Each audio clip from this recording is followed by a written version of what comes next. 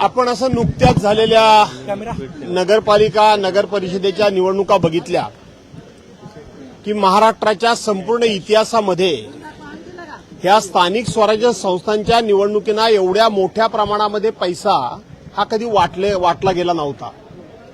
सत्ताधारी पक्षाच्याच लोकांनी सत्ताधारी पक्षाच्याच एकमेका पक्षाच्या नेत्यांच्याकडे कसे पैसे आले होते त्याचं संपूर्ण महाराष्ट्रामध्ये त्यांनी व्हिडिओ दर्शन केलं.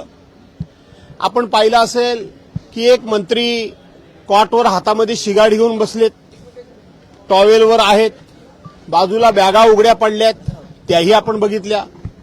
काही मंत्री हेलिकॉप्टरमधून पैशाच्या बॅगा ढकलत नेत आहेत पण कपड्याच्या बॅगा होत्या असं सांगितलं तेही आपण बघितलं.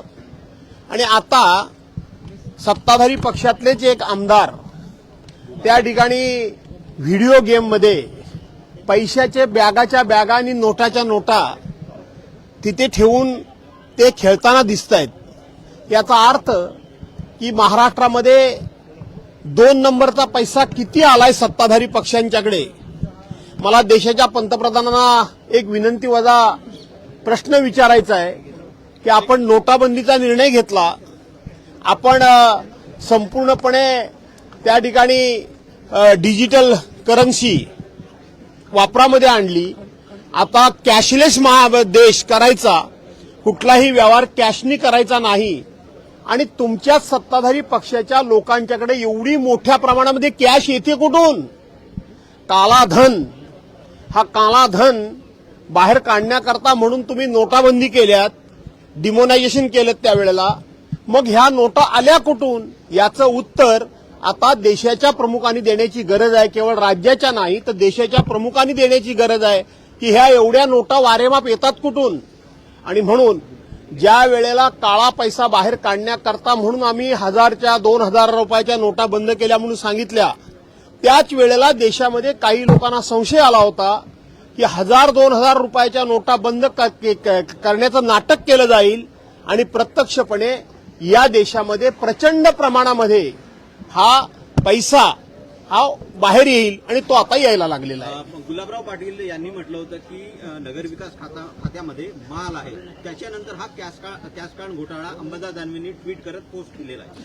असं आहे की ते काय बोलतात काय नाही बोलतात याच्यामध्ये त्यांना कुठल्याही प्रकारचा विधिनिषेध राहिलेला नाही, कोणाची भीती राहिलेली नाही.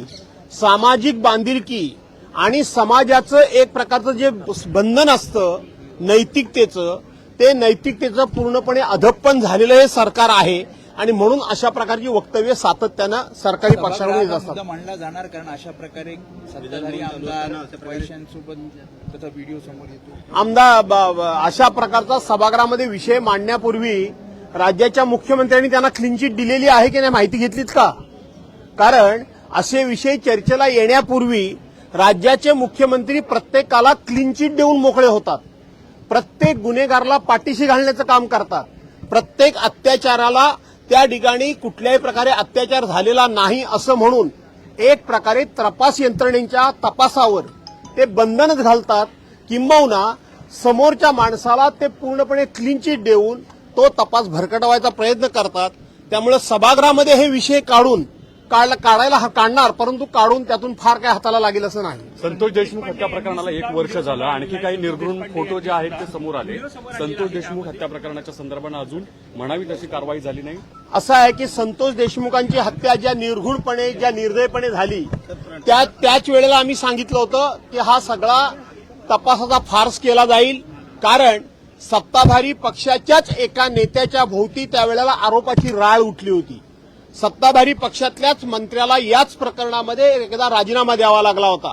आणि ज्या वेळेला सत्ताधारी पक्षाच्या मंत्र्यांना राजीनामा देऊन त्यांच्या भोवती संशयाचं धुकं आणि संशय निर्माण झाला होता, त्याच दिवशी संतोष देशमुखांना न्याय मिळणार नाही, नैसर्गिक न्याय होणार नाही, सत्तेच्या दबावाखाली जे खुनी आहेत ते सुटतील हे आम्ही तेव्हाच सांगितलं होतं. आणि म्हणून अजून कृष्णा आंधळे नावाचा आरोपी सुद्धा सापडलेला नाही. विजय वडेट्टीवार यांना विरोधी पक्षनेतेपद दिलं जाईल अशी चर्चा सुरू झालेली आहे. तुमचा पाठिंबा असेल का त्याला? काय तुम्ही देणार आहात का? तुमच्या हातात आहे का? नाही, मग तुमच्या हातात असेल तुम्ही असेल तर सांगा. नव्या बातम्या धन्यवाद. रोज नव्या बातम्या येत आहेत.